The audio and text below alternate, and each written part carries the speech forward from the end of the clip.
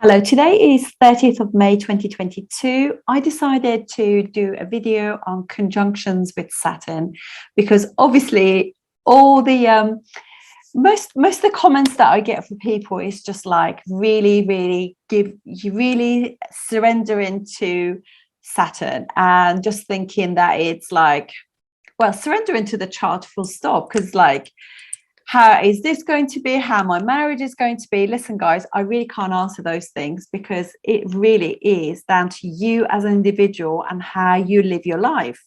You have free will. 20 to 30% of your life is you create that. If you're constantly fearful, fear equals bad energy, negative energy, boundaries, limits, lack. You're not going to create anything. Human beings, humankind, remember we are kind and we're here to help each other out. And as much as I can, these are supposed to be informative videos so you can empower yourself. This is what we use astrology for. If you're using astrology to take that power away from yourself, what you're doing, you're restricting yourself even more. So you're doubling up on that Saturn. In fact, you're giving yourself more of a debilitated Saturn in a sense, because what you're doing, you're just thinking, I have no power. You have plenty of power, believe me. We are made of frequency. We can make things happen. This is why we are creative. Human beings are creative. Anyway, so I've got loads of videos on what Saturn is. You can just, I might put some links below, but generally speaking, here is a little sort of intro on what Saturn is. So Saturn is our boundaries, our limits, discipline, and where in our chart we're actually paying off our karma. This is what we've chosen to do. This is almost like going to imagine, this is what you want to do. This is like you've chosen this lifetime to do this. And don't worry, we've got loads and loads of lifetimes. We don't need to just like try and cram everything into one. But if you can cram things into one lifetime, do all the positive things. So where Saturn is, that is probably where it's aspecting, obviously these are going to be like mega, but also aspects 3 houses away from itself and also 10 houses away from itself too. And I actually take that 10 spaces from 10 houses from Saturn as being quite a big one. So, but generally speaking, Saturn is important. Saturn is shows you your weaknesses, where you're shy, where you got like you're blocking yourself, where you got to show humanity, humility, and remove your ego away from it. So where you don't feel good enough and you have to consciously work at it. So as I said, this is very, very, this is basically what we have to work on. And what would be the point of being on this earth if we have nothing to work on? So this is the start point of it. Saturn is obviously rules Capricorn and Aquarius. It's very, very strong in both. It's probably a little bit more autocratic and quite disciplined and unforgiving when it's in Capricorn. So we find people who actually have that in their natal chart, they are really hard on themselves, really hard. And we've all also suffered with that just recently, because we had that in Capricorn for just over 2 years, since 2020, January 24th. It's just recently on 30th of April gone into Aquarius, but it is going to retrograde back into Capricorn again. But luckily it's going to be retrograde for most of it, obviously, until it goes direct. So, but without Saturn and the discipline of Saturn, you achieve nothing in life. That is what you've got to tell yourself. If everything was hunky-dory and Jupiterian, idealistic, you have nothing at all. You just literally live on hope and optimism, being idealistic. So this is where we get the foundation, and we build from the ground up. So we get really solid foundations with the help of Saturn. There are also big learning curves for us with Saturn, where obviously we have our Sadersati, where Saturn will be for just over about 2.5 years before the sign your moon is in, 2.5 years over your moon sign, and then 2.5 years after. So there are major changes in your life during that time. Again, don't fear it. I'll tell you, I have just come out of that, and it was really actually the best time of my life. And when I look back, my first Saturn return, that was when I started my business. So it just literally elevates you. If you go with it, if you put the hard work in, you're sure to get the results. And also when so that was Sadersati, and there's a Saturn return as well. So where Saturn is like returns to where it is in your natal chart in transit, it arrives back on there where it was when you were born, and that will be yours again. That could be quite a pivotal time in your life. So it's very important to just like really harness that energy that's given you to just like go for life and achieve where and normally gives you quite a lot of success. People have got really good work at Saturn, and because Saturn is also the planet that gives you a lot more as you get older, at the time when you don't want to be having a lot of hardship and difficulties. So it's really supportive of life anyway in that sense. Saturn rules, as I said, Capricorn and Aquarius. Aquarius is like multiconus sign for Saturn. So this is where Saturn is really strong, but in a more freedom-loving, humanitarian way. And it's also debilitated in Aries, and it's exalted in Libra because it's a sign of working with other people. Saturn is committed to other people. It's not like about me, myself, and I. It's very much about us collectively. And this is the reason why it's so strong in Aquarius.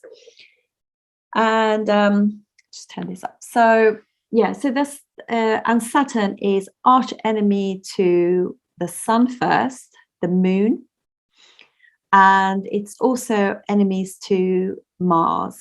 It's neutral with Jupiter, friendly with Venus. Venus is Saturn's best friend, because between them they bring commitment, bring family together, you work together, and then you gain from it. It is just commitment to yourself, to paying off your karma, and having other people in mind too, and also being committed to your partnerships and relationships and marriage. It's also friendly with Mercury. It works quite well with Ketu. It's not friendly with Rahu, because Rahu is all about gain and smoking mirrors, and you know, so it's a bit trickster. And Saturn doesn't like that. So Saturn is much more dignified as a planet in nature. Right. So I'm going to stop this now and come back, and we do Saturn conjunction starting with the Sun. Hello, this video is for Saturn and Ketu conjunction. In the natural zodiac, Ketu rules the 8th house, Scorpio, co-rules it with Mars.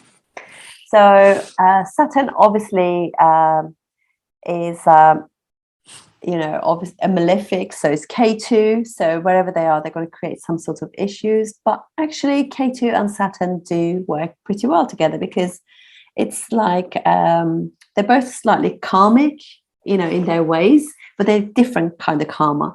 One is the accountant of karma, dishes it out, one starts to learn lessons, and the other one is already been there, done that.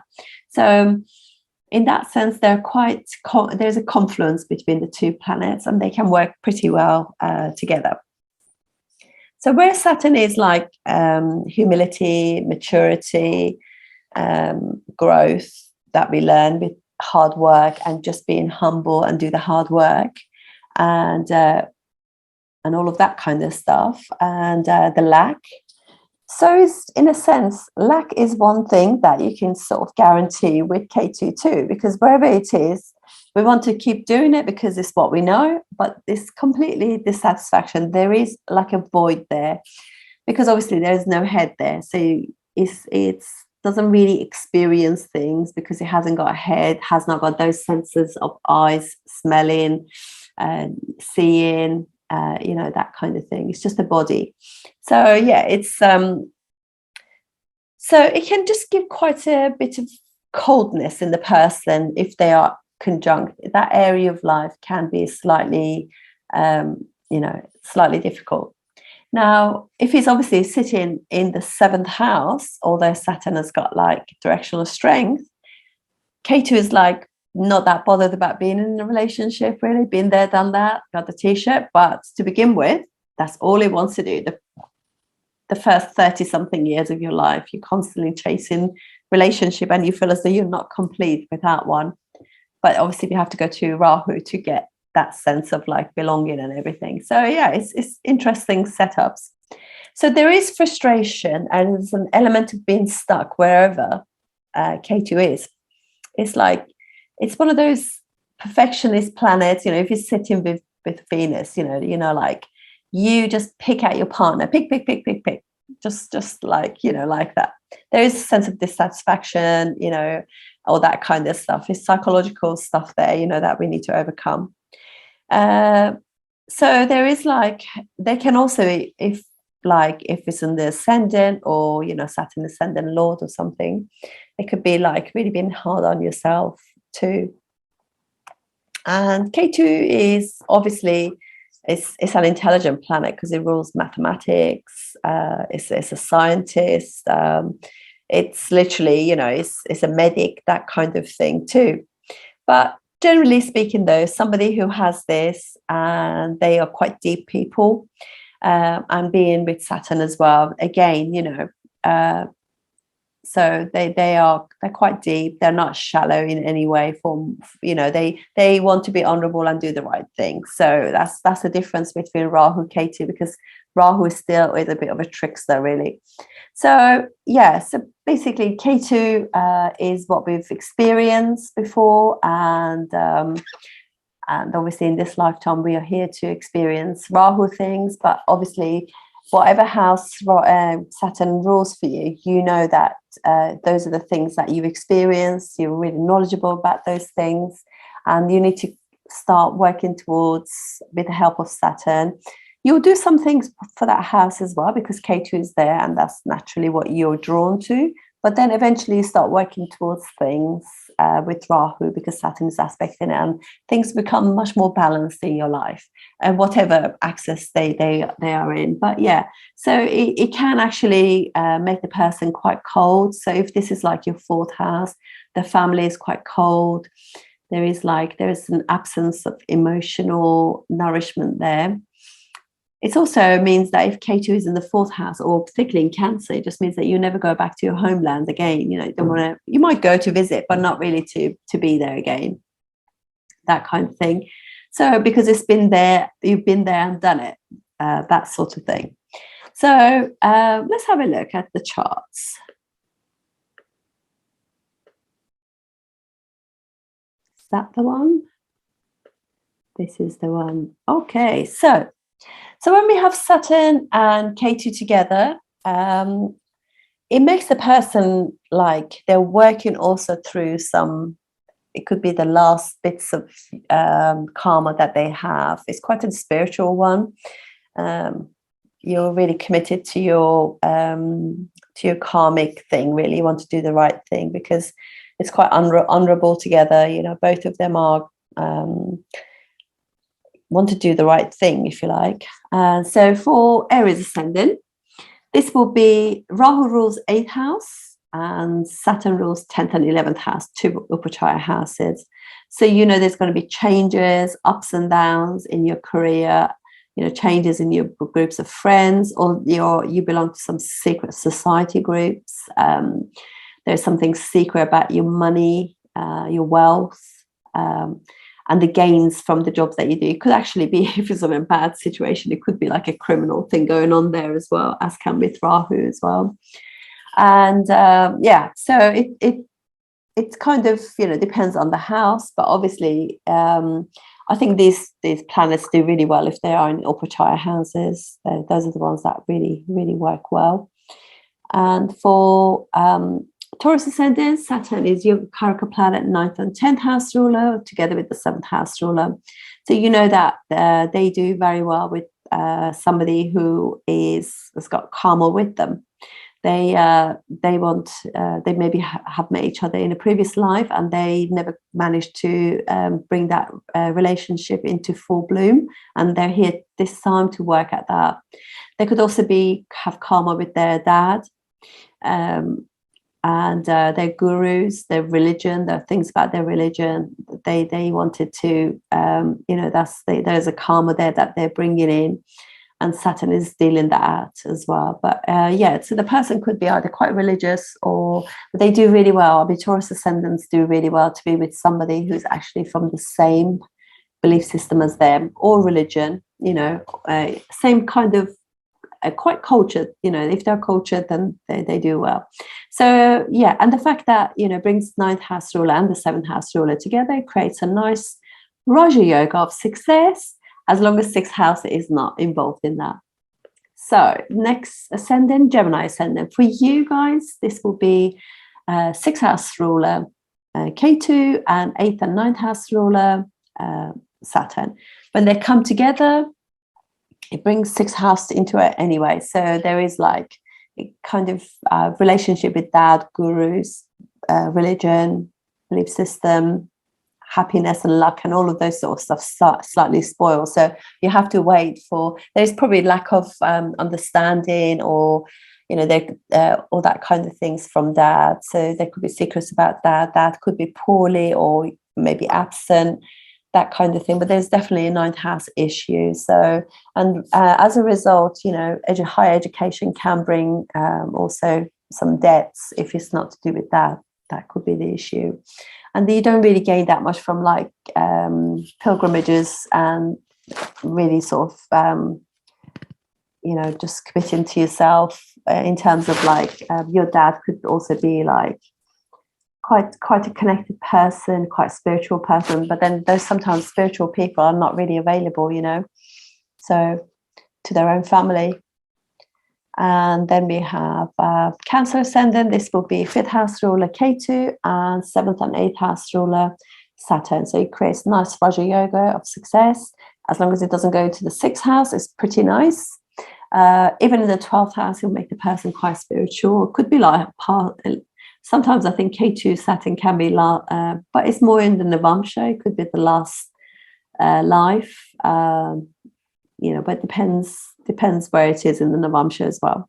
But this could be quite nice in that sense. So, and also obviously you've got to just be really kind to your children. You've got karma from previous life with children, so you've got to be good, look after them. They're here for you to look after them. There's a need there for both of you to just have that fulfilling time and just really respecting one another. Okay, so for Leo ascendant, this will be like brings together 4th house ruler, which is mum, cars, that kind of thing, and also 6th and 7th house ruler Saturn. So obviously this is going to break any yogas, and the mother could have been poorly, had psychological issues because it's Ketu, and also rules Scorpio 4th house, so psychological issues. Mother could have been ill, unavailable, or maybe even had passed away when you were young. And and they could literally, you've got to look after your car. Once Ketu can cause punctures or flatten your tire and everything. So don't wait. Check your car all the time. Even with Venus as well, that creates that. So, but anyway, so it's just like be careful. Look after your car, repair it. 6th house. Look after it. Look after your mum, and look after your spouse and their health, and make sure you don't get yourself into debt because you didn't look after your home or your car and get big bills just by not paying attention. And then for Virgo ascendant, this will be 3rd house ruler Ketu, and then also 5th and 6th house ruler Saturn. So this will be good in the sense that it brings 2 Upachaya houses together.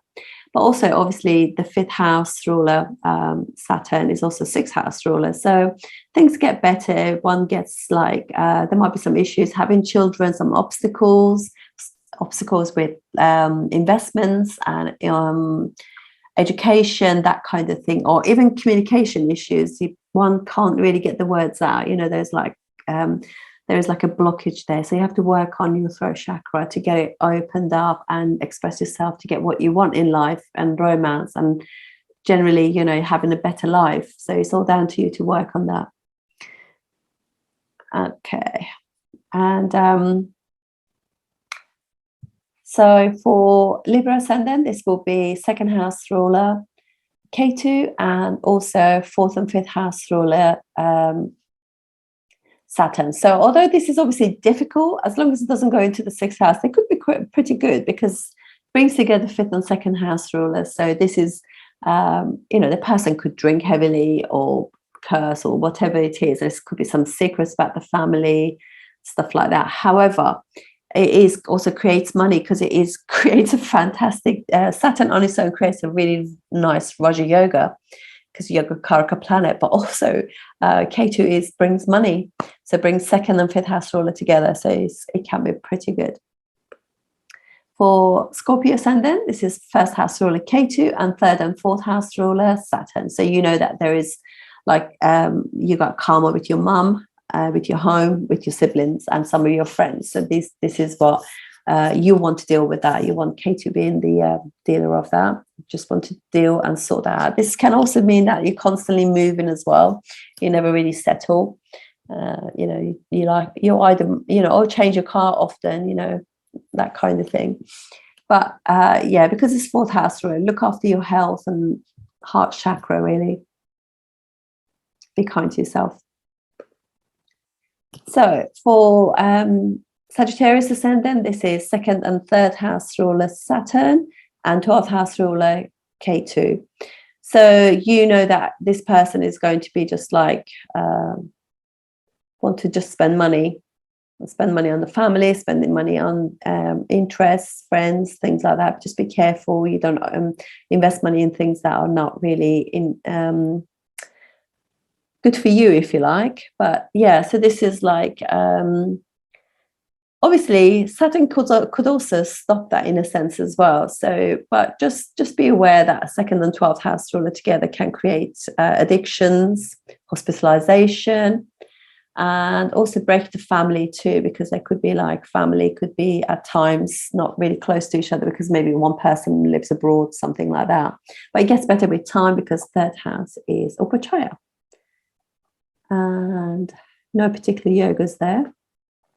For Capricorn Ascendant, first and second house ruler, and also 11th house ruler. So this is going to make money as long as it's not in the sixth house. Yeah, so if it's in the 8th house, it's going to be sudden. It's not going to break any yogas, so it's pretty good.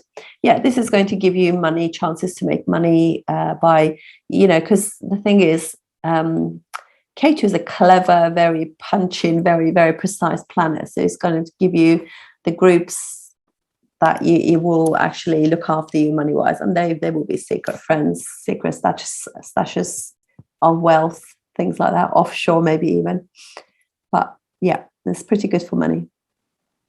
And then Aquarius Ascendant, first and 12th house ruler Saturn, and also 10th house ruler Ketu. So they could actually work behind the scenes. There could be doctors, laboratory technicians, secret service, that kind of thing. Or they could work abroad, export, import. It does create a Raj Yoga though, first and 10th house ruler together, so it's pretty good, as long as obviously not in the 6th house.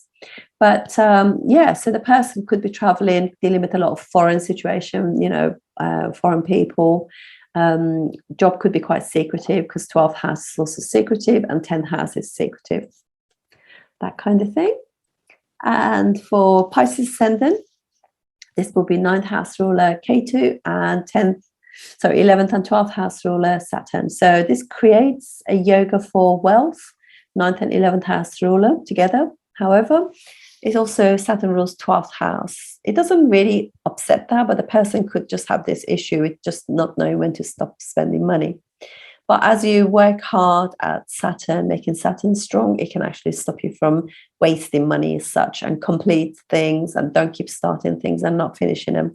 Ketu will help as well. This is not going. They're both quite savvy about things like that. And with time, age, and everything, things will certainly improve. So yeah, that's it. And thank you for watching. See you soon. Thank you.